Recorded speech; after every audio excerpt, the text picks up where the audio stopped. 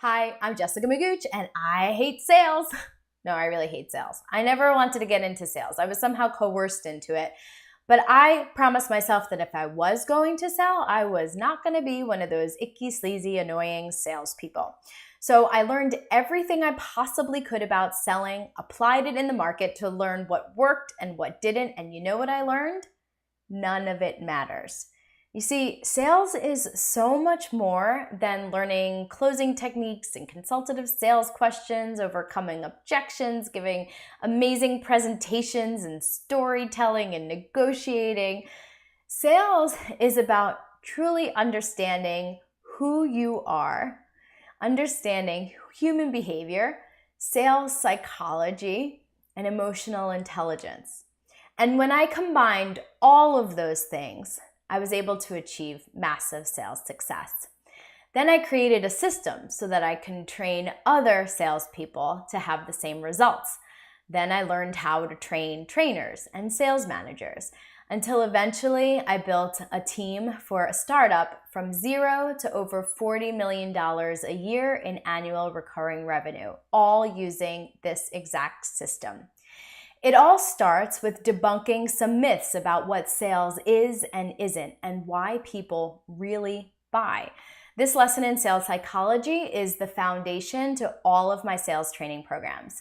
It is the 13 lies they told you about sales. Lie number 1, sales and marketing are the same thing.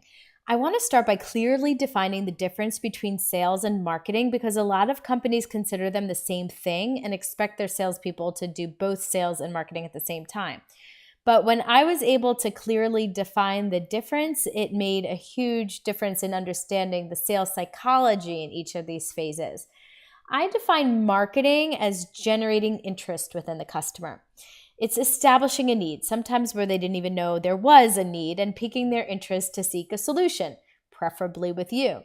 Sales, however, picks up where marketing leaves off and converts prospects from curious to paying client.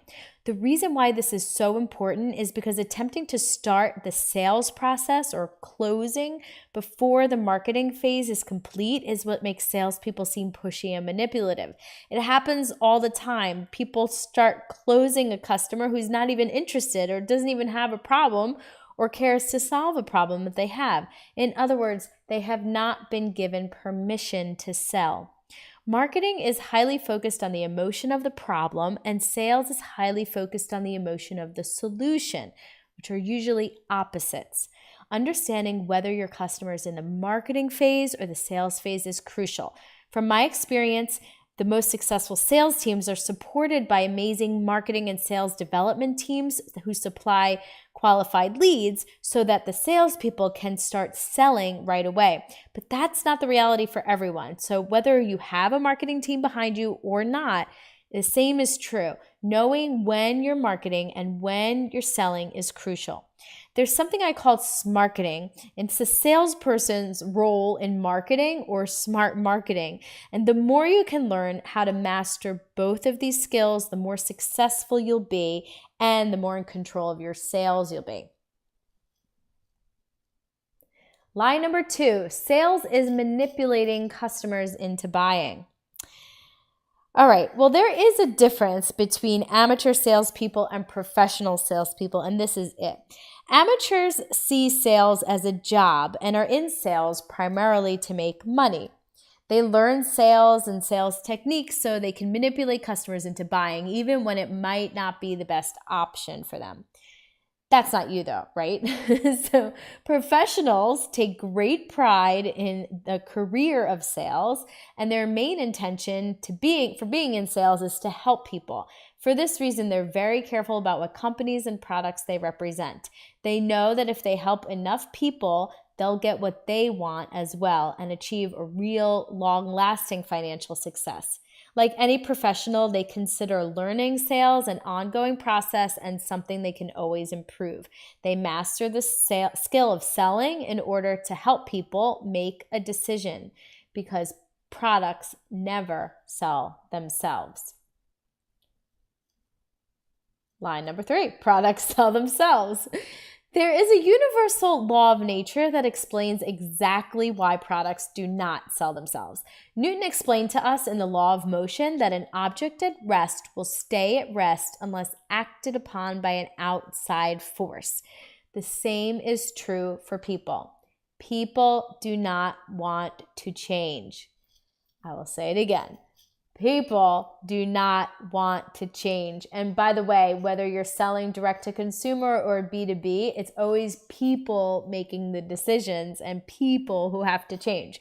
So no matter how great a product or how great the price or even how big the need, there's always the reality that people are afraid to make the wrong decision and do not want to take action.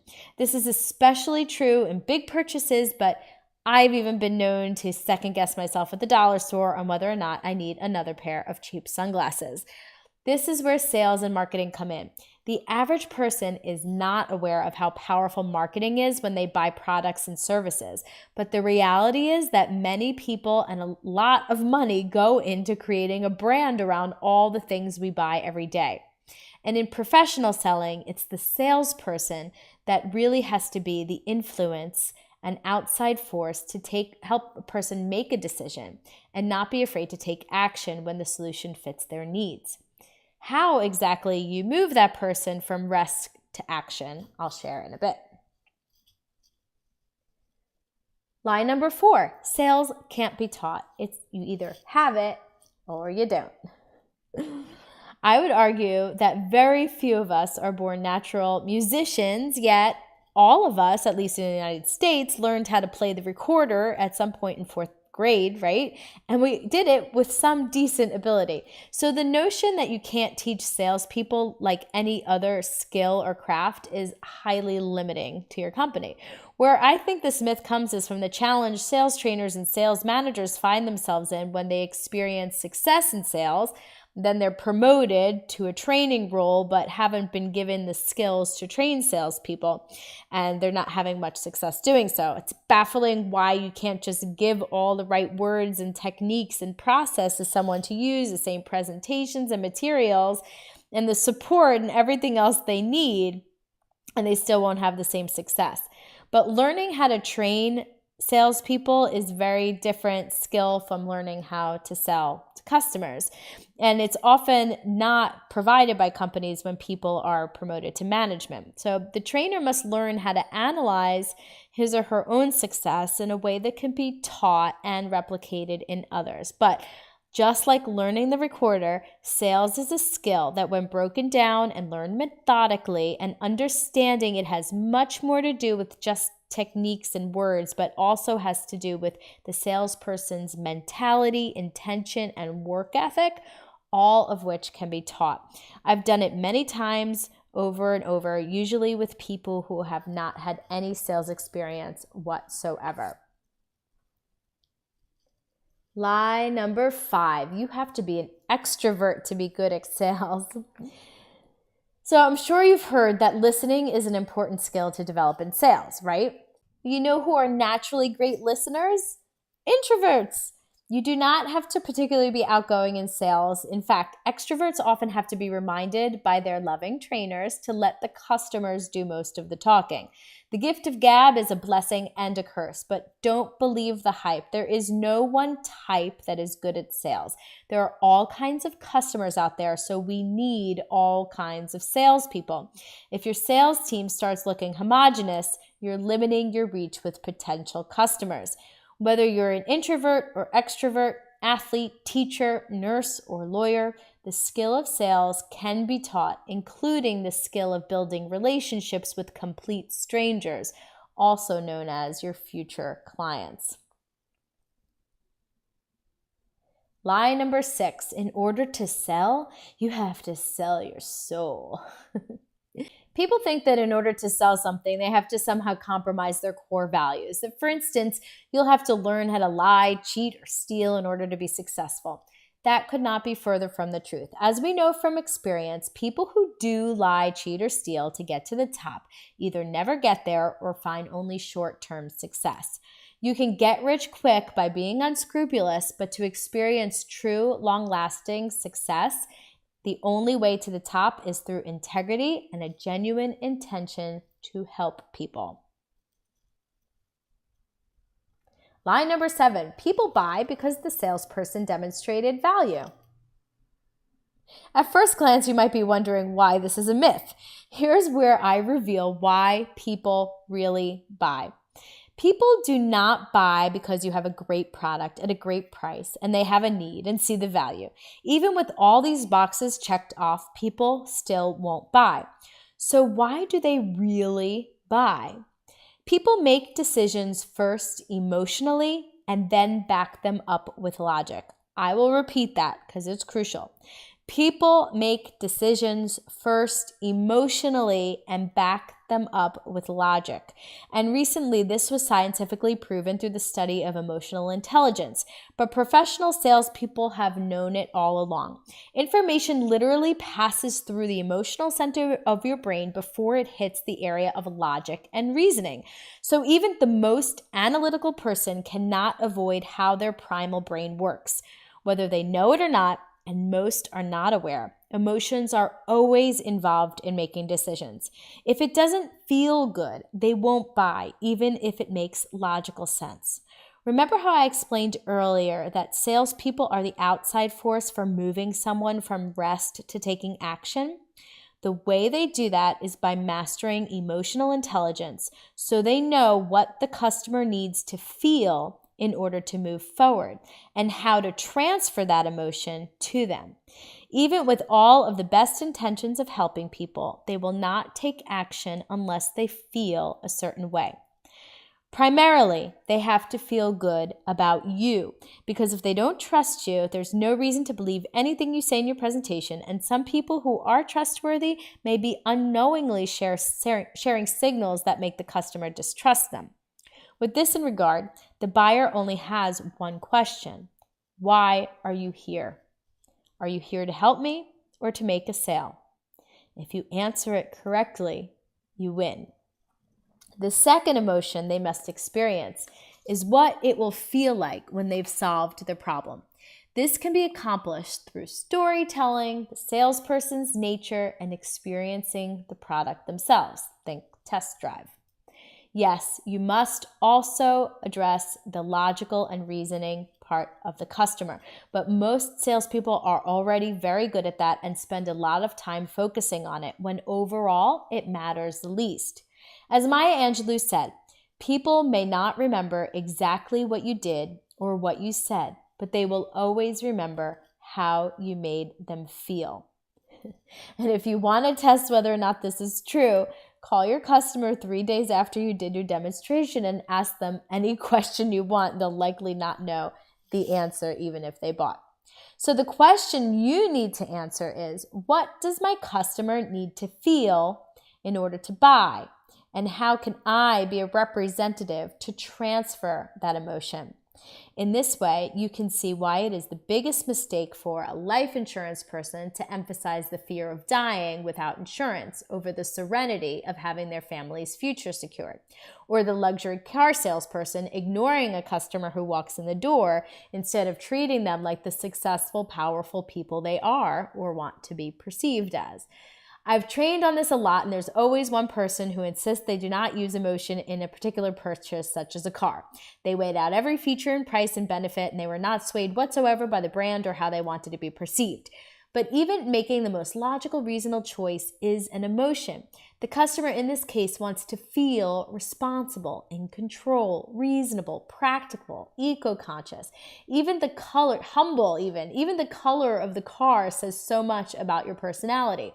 The reality is we are all buyers who make emotional buying decisions every day. The more you can be aware of this in your everyday purchases, the better you'll be at making sales to other buyers.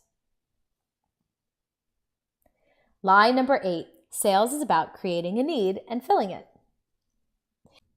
As I stated before, creating a need is the job of marketing. Sales' job is to fill the need. By the time you actually speak to a person about sales, whether they walk in your lot, send you an email, or give you a call, they already have a problem and they're looking to you for an answer. On some level, they are already sold. They will buy from someone. The question is, will it be from you?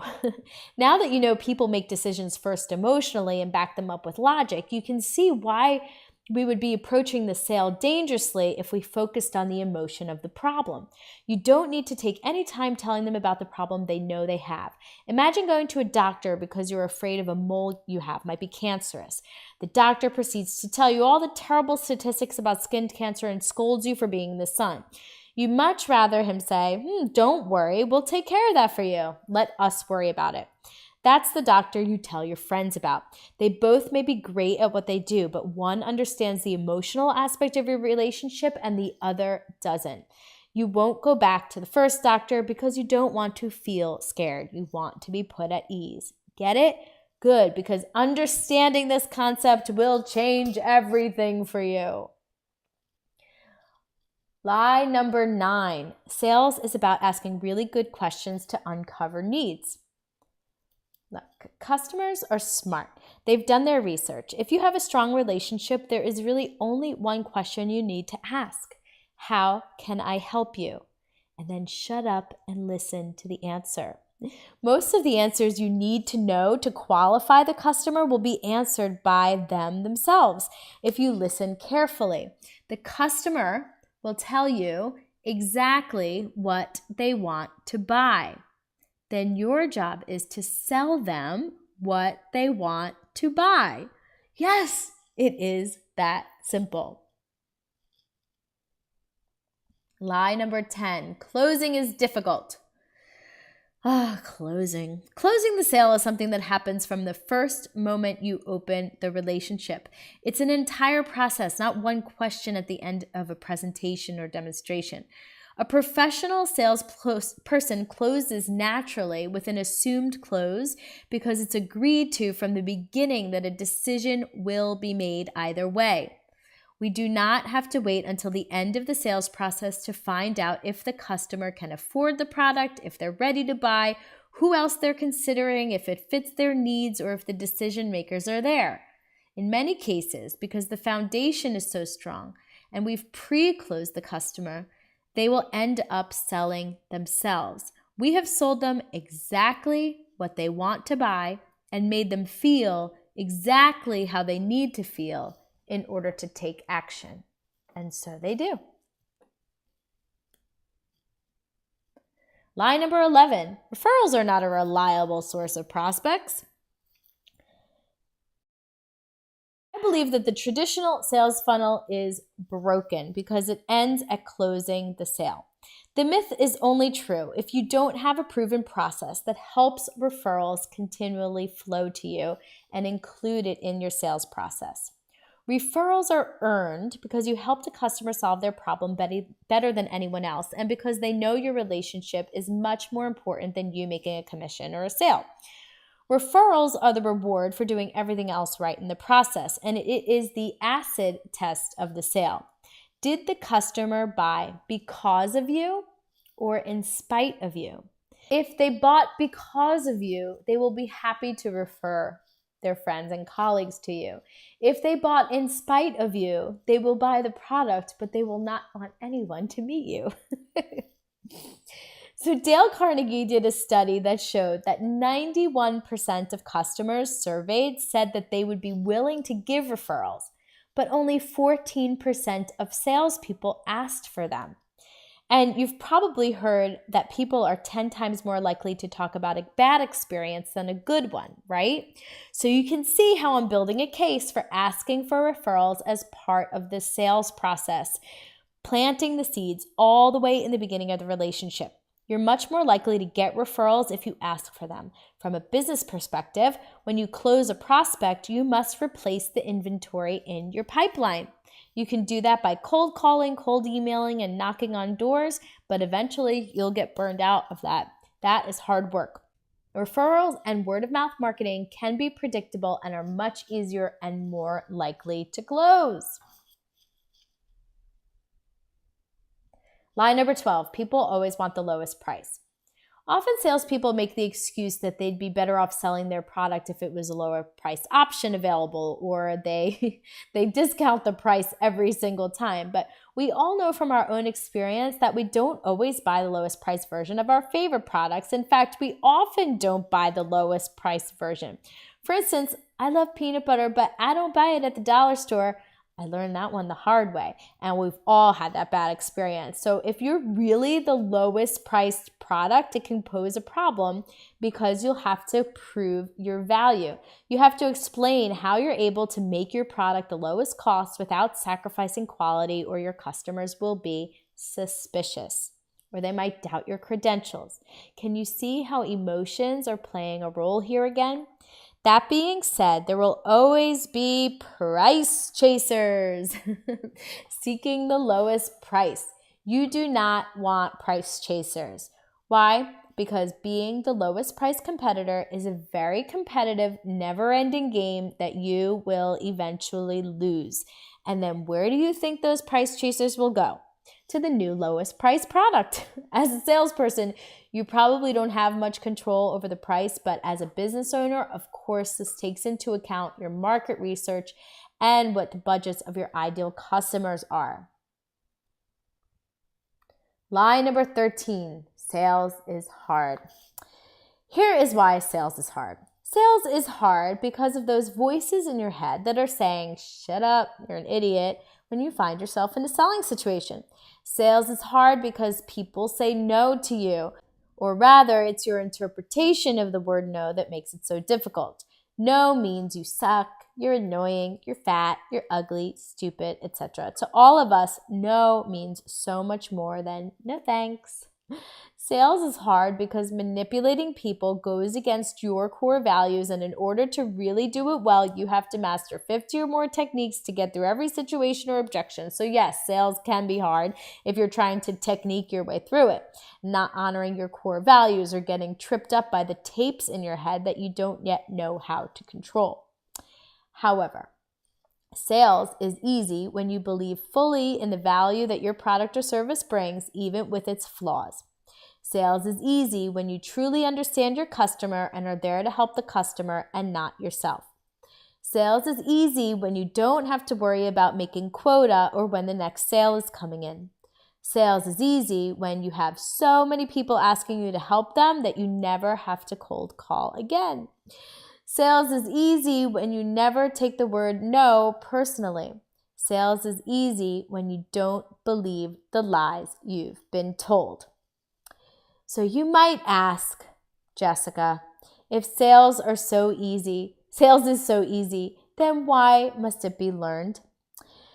Yeah, I hear you. It's because the stuff that's tripping us up, the voices in our heads, have been there for 20, 30, 40, how old are you, or more years, and challenging them is just the start of a long process ahead. The good news is that we can break any negative tape in our head in 40 days. Watching a video or reading a book once is not going to change anything unless you apply it on a consistent basis and it becomes a new habit. That's when real change happens. Do you have that kind of commitment? How badly do you want to achieve your personal and professional goals? A great trainer or coach is there not just to teach you the techniques, but to remind you to keep going when it gets difficult. And when those demons come up telling you you're not good enough and you don't deserve success, to keep going and work through it. Because with some hard work, creating new sales habits and new mental habits, sales can be easy. So I'm here to show you how sales can be easy with a step-by-step system to totally transform your sales. Whether you're starting from scratch or you've been selling for a while and you're stuck, or you're a sales manager who just can't quite communicate why you've been successful in a way that is replicable, this can happen sooner than you think.